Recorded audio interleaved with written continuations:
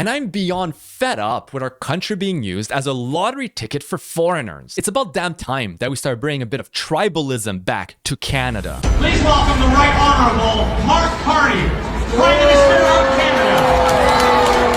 Oh my God, everyone's booing. Ooh, apply cold water to the burn, right here. Now compare that to Poilievre's reception.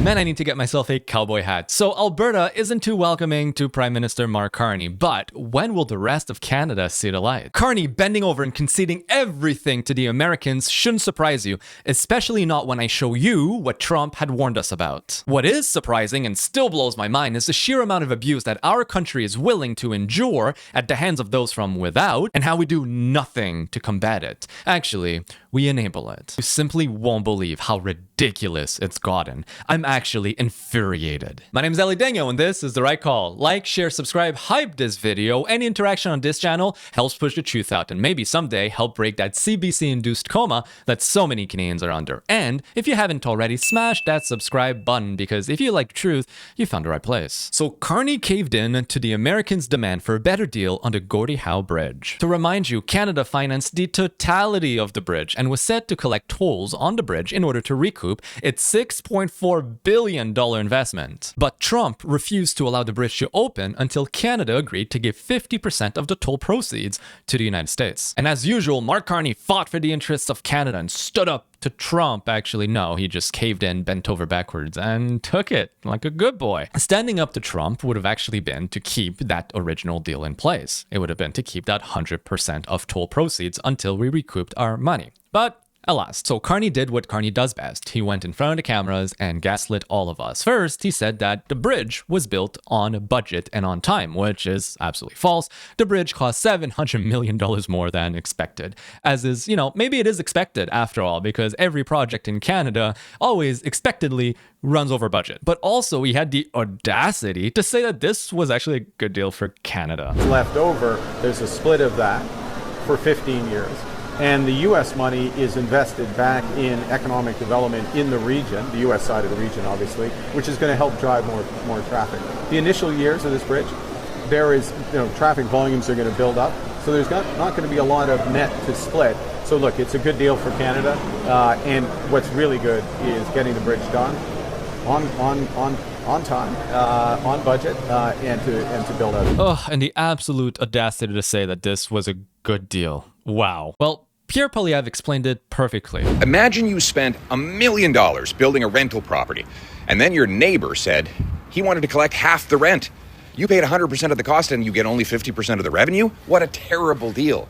Well, that's exactly the deal that Mark Carney just brought home on the Gordie Howe International Bridge. Canada paid for the entire $6.4 billion price tag. We even funded the infrastructure on the American side of the river, all with the understanding that we would collect 100% of the tolls until we recouped our money. Carney just agreed to give half the tolls to a Michigan economic development body that did not pay a dime to build the thing. This is our grandmaster negotiator? Look, I don't think we should fight with our American friends just for the sake of it. But here's what's clear. Carney's approach of elbows up when he thinks the president is not looking and sucking up to his face is not working. It has only given us double the tariffs on more goods and given us the only recession in the G7. I love these videos. He needs to put out more of them. He looks like me in my car recording my little reels that I do pretty much every day on Instagram, TikTok, Facebook, whatever is your preferred social media platform. It's like, God, there's definitely a staffer in his team that's like a Gen Z or a millennial telling him, all right, bud, here's a phone, walk around the block and talk to it. I love it. But I mean, he's definitely right about what he just said. And what's crazy is that Mark Carney was elected because he portrayed himself to be the best possible person to stand up to Trump and to get us the best deal for Canada. Yet he folded like a lawn chair in like a week. I swear, Trudeau was better than Carney at negotiating with Trump, which is insane. At least Trudeau did not get USMCA to be reneged, and at least we actually had less tariffs. with Trudeau than we do with Carney right now. Man, reality is stranger than fiction. But none of this is surprising because Trump last year looked at the cameras and told us exactly what he was thinking. Is that going to make them more hostile to us and possibly I'd rather deal with a liberal than a for China closer to Canada, and that would really put us in a bind. The conservative that's running is stupidly no friend of mine. I don't know him, but he said negative things. So when he says negative things, I couldn't care less. I think it's easier to deal, actually, with a liberal. That conservative you mentioned, that's Pierre Poilievre. This was an interview done last year before the Canadian federal election of 2025. But speaking of dealing with liberals, let's take a second to go do a mental health wellness check on the liberals. This is Charles Adler, Senator Charles Adler. He was appointed on the recommendation of Prime Minister Trudeau back in August of 2024, and he was appointed as an independent senator. Ooh. Well, call me old-fashioned, but do these posts exude independence to you? Yes, this is really Senator Adler posting on X. This one saying, if you buy the garbage this desperate loser is selling you, you're an imbecile. French translation, tu es un imbécile. This is talking to you and I, people that are conservatives, or at least right of center. Apparently supporting Poilievre means that we are imbeciles. Very senator-like, of course. He goes on to say, such a pathetic Republican wannabe, talking about Poilievre once again. Another post, someone needs to tell him to go away. Nobody likes a loser, about Poilievre. I mean, clearly there's a common thread here, a raging hard-on for a certain Calgary man named Poilievre. But anyways, his last post here, another House of Commons loss for CPC. Mr. Poilievre is suffering more shrinkage than George Costa. It's kind of funny. But forget independence for a second, okay? Well, we all know he's clearly independent. I mean, that's what Trudeau said, so I believe it. Does he seem sound of mind to you? That's my concern. I don't know. I don't really want lunatics in the Senate, you know, people that are clearly mentally unwell and unfit to serve. And that's the thing. It's the thing that this man actually faces zero accountability. He wasn't elected, he cannot be fired, and his position is for life. And did I mention that before becoming an independent senator, he was a broadcaster and a journalist? Yeah. Now we know where the media's impartiality comes from. And meanwhile, while our senators are busy shitposting about the official opposition, because apparently, you know, being a media or former media personality means that you must constantly talk about the official opposition and not hold the current government accountable, here was posted in the National Post. A foreign migrant living illegally in Canada, eligible for Ontario welfare, a tribunal rules. And this story is mind-boggling, okay? A guy comes to Canada on a work permit in 1997. The permit expires after 4 years, but he stays. He overstays. He's now illegally in Canada. Doesn't get deported, by the way. Then he works for cash until 2023 when he enters the shelter system because, you know, let's be another drag on the system as an illegal. He then applies for welfare, but is rightfully denied. Well, he appealed it to the Ontario Tribunal of Social Benefits, and they ruled that he must get it. A tribunal adjudicator named Eric Brown, I think it's time we find him and send him a little letter to say that, you know, yeah, ruled him eligible, noting that the program's rules only bar those with removal orders, visitors, or tourists. So why isn't CBSA on his ass right now? Why isn't CBSA removing him? I mean, he went to a tribunal. He was in a public space. He was summoned there. That is prime time to just deport the guy. I don't know about you, but I'm sure ICE would have not missed out on such a freebie. I mean, you don't even have to investigate anything. This is the state of our country. Stay illegally and we'll pay you for it. And I'm beyond fed up with our country being used as a lottery ticket for foreigners. Because there's no free lunch. If you get benefits, then someone is paying for it, either through taxes or through inflating away the money supply. It's about damn time that we start bringing a bit of tribalism back to our country. Canada first. Canada for Canadians. Help Canadians before we help anyone else in the world. Look, we cannot save the world, but we can save ourselves. Let's fill up our cup, and then maybe we can look to fill the cups of others. It's like on airplanes, you know? You put on your oxygen mask before you help anyone else. It's the exact same thing. Now, speaking of foreigners... Well, the major flow of how this transnational narcotics scheme works is Canada, as you know, Ezra, I've reported, has become an absolute hotspot for international narcotics transshipment, fentanyl production. And so we have Mexican cartel proxies, as I say, supplied and funded by Chinese Communist Party networks, working with Iranian state actors using, I say, proxies like Ryan Wedding, the former Olympian, Hells Angels, and these Indian Punjabi-based transnational gangs are part of the scheme where they are bringing literally tractor loads of cocaine and methamphetamine from Mexican cartels, picking them up in Los Angeles and Sacramento, and bringing that supply, most of it up into Canada. Yeah, so speaking of Punjabi, Sikh, Indian, to me, all the same gangs committing atrocious things in our country, here's the FBI in the US issuing a $50,000 reward for a fugitive named Gordie Howe, I was going to say Gordie Howe, of the Bishnoi gang. The FBI alleges that Singh, 32, is responsible for violence across the United States, Canada, and India. Authorities warn that he is likely to be armed and dangerous. Let's show his face. Whew, maybe I shouldn't have done that. So as usual, the United States of America is doing more to tackle crime in Canada than Canadian authorities are doing. And the Bishnoi gang is the same gang that sent the RCMP a letter stating that they had over 1,000 gunmen within Canada, and they were willing to go to war with the Canadian government. This is no joke, and one of the most pressing matters that we should be tackling. Now, back to the FBI. In their indictment, they stated that the criminal gang were immigrating people into Canada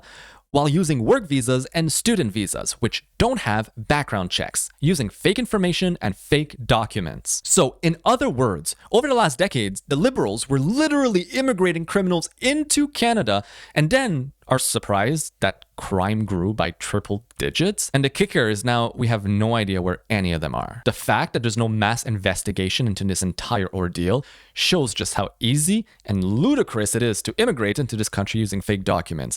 It's just a whole corrupt system. And it makes me wonder, is there someone at the top that benefits from this and as such is aiding and abetting into this criminality? Je dis ça, je dis rien. That's how we say it in French. So instead of talking about this massive scandal, the CBC decided to publish this. Oppressive heat expected across 4 provinces, Environment Canada warns. Sorry, I can't. When is Canada going to start having climate acknowledgements after our land acknowledgements? Oppressive heat, oh my god. Everyone's oppressed in this country now. Oh my god. Anyways, good thing that unlike Europeans, we have air conditioning. All right, the end. The first job of the federal government is to keep Canadians safe. And this year, our government has introduced 6 new laws to combat crime and protect you and your kids. In total, there are more than 80 targeted changes to the criminal code to keep violent and repeat offenders off your streets, to overhaul the bail and sentencing systems, and to give police officers the tools they need to keep you safe. Thanks to these new laws, if a violent criminal wants to get out on bail, the state doesn't have to prove why they should stay behind bars. That individual now has to prove to the court why they can be trusted. If someone tries to intimidate you or block you from going to your church, your synagogue, your mosque, or your temple, police officers now have the authority to arrest them. If someone shares a fake sexualized image of you or your kids online, they can get up to 10 years in prison. That's how we're building a stronger, safer Canada for all. The hallmark of a world-class manipulator. Seriously, this is psychopathy level doublespeak. We're going to protect you from crime. Well, crime is up. And without it, cops can't do their jobs. Well, it's weird because they managed to do their jobs just fine before 2015 when the Liberals took power and started restraining them from doing their actual work. Keeping criminals in jail without bail. Well, criminals were already kept in jail without bail back in the day. It's just that you've appointed a bunch of woke judges to all the courts that release criminals into the streets.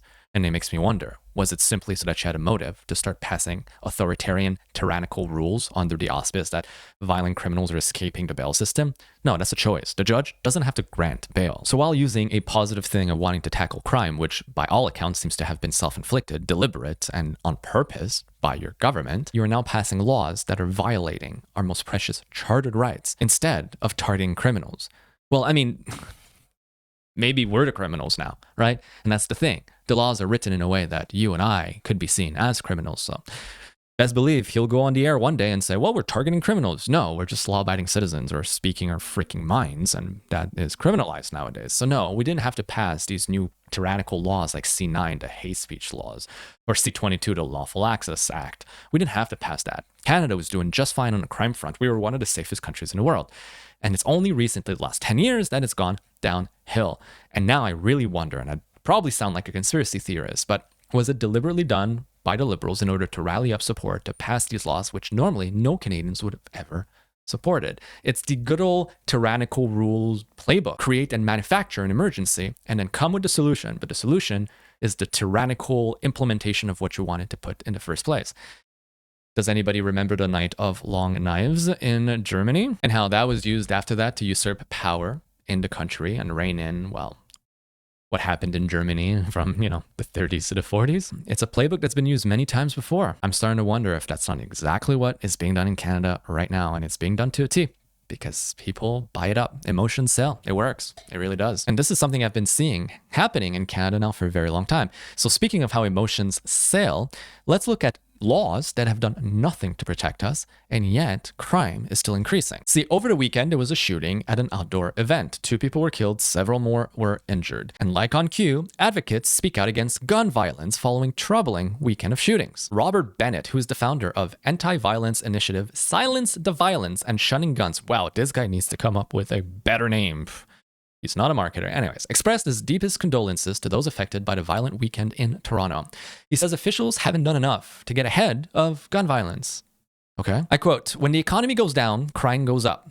It's a teeter-totter approach," he said. Okay. How about when you allow criminal gangs into your country, when you allow unvetted immigrants from regions that are culturally opposite to yours, and when, yes, the economy does go down from piss-poor liberal policies over a decade, crime goes up. This is not a gun issue whatsoever, but no, let's rile up people to pass what? More laws? And nowhere is it better exemplified than with this person that I despise. I really don't like her.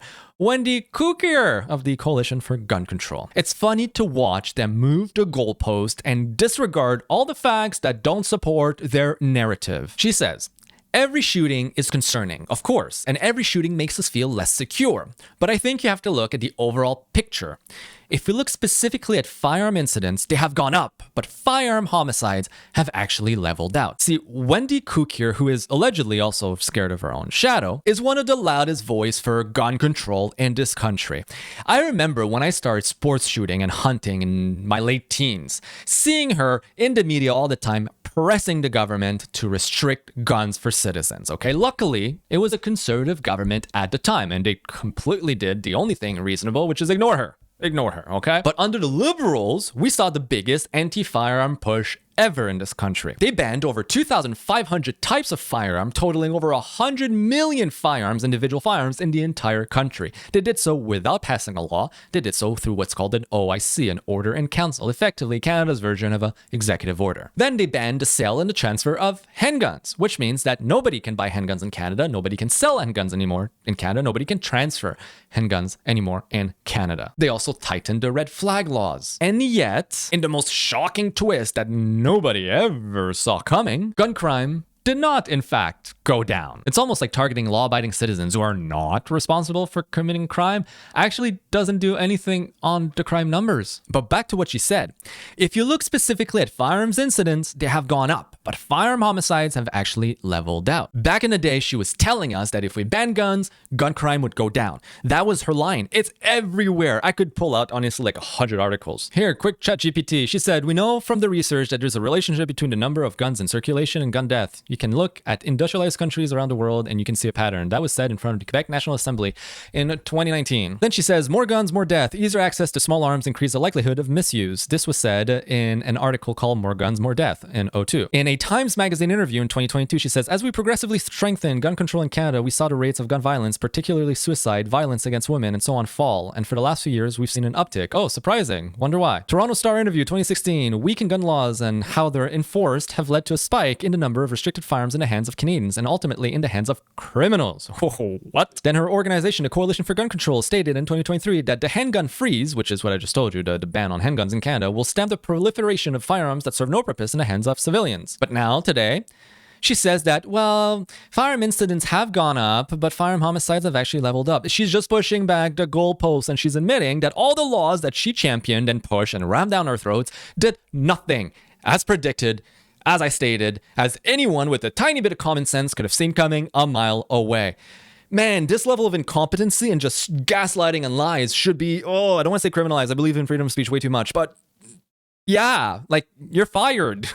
Like what the hell? There needs to be some level of accountability here. So instead, let facts be shown to a candid world. Totally ripped that one off from the US Declaration of Independence. This is a study conducted by Dr. Langman of McMaster University, which is one of the most extensive peer-reviewed study on the effects of firearm legislation in Canada and on homicide rates. Conclusion: no associated reduction in homicide with increasing firearm regulations suggests alternative approaches are necessary to reduce homicide by firearms. No reduction of homicides due to legislation. Did you hear that? Firearm laws did not reduce homicide in Canada from 1981 all the way to 2006. And side note, in 1995, the Firearms Act of Canada was introduced after the Polytechnic shooting, which brought in the licensing system, the registration system, and all the laws that we have, like no more than 5 rounds in a semi-automatic centerfire rifle. It makes no sense. So it's done nothing to protect Canadians at all. Again, not surprised. But my favorite part of the study of Dr. Langman is that he found that licensed gun owners, hello, you're talking to one of them, were found to be 3 times less likely to commit a violent crime than the average Canadian.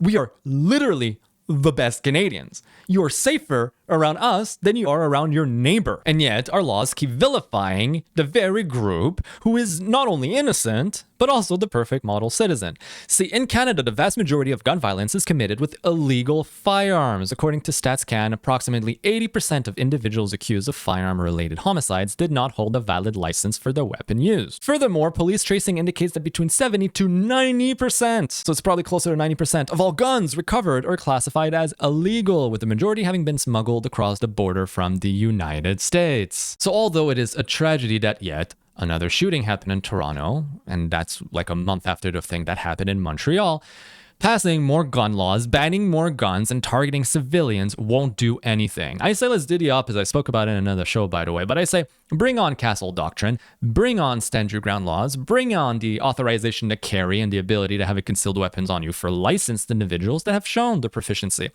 And let's see gun crime plummet, because statistically speaking, crime actually goes down when these solutions are implemented. Thank you very much. Vote for me for Parliament.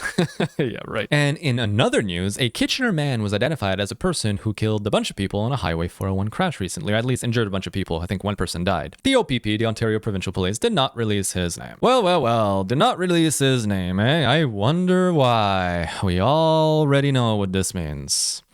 Our roads have just gone ridiculously dangerous, and it's because of one thing and one thing only. Unqualified drivers who often don't speak English or French, and who fraudulently acquired their CDLs through corrupt driving schools, often ran by the very same people from the very same scammy culture as the driver. I am fatigued. If you've enjoyed this report and would like to find a way to get involved with the channel, aside from liking, subbing, sharing, commenting, hyping the video, if you'd like to take it a step further and contribute financially to help me spend more time researching and holding the CBC, CTV, our government to account, because you know they won't.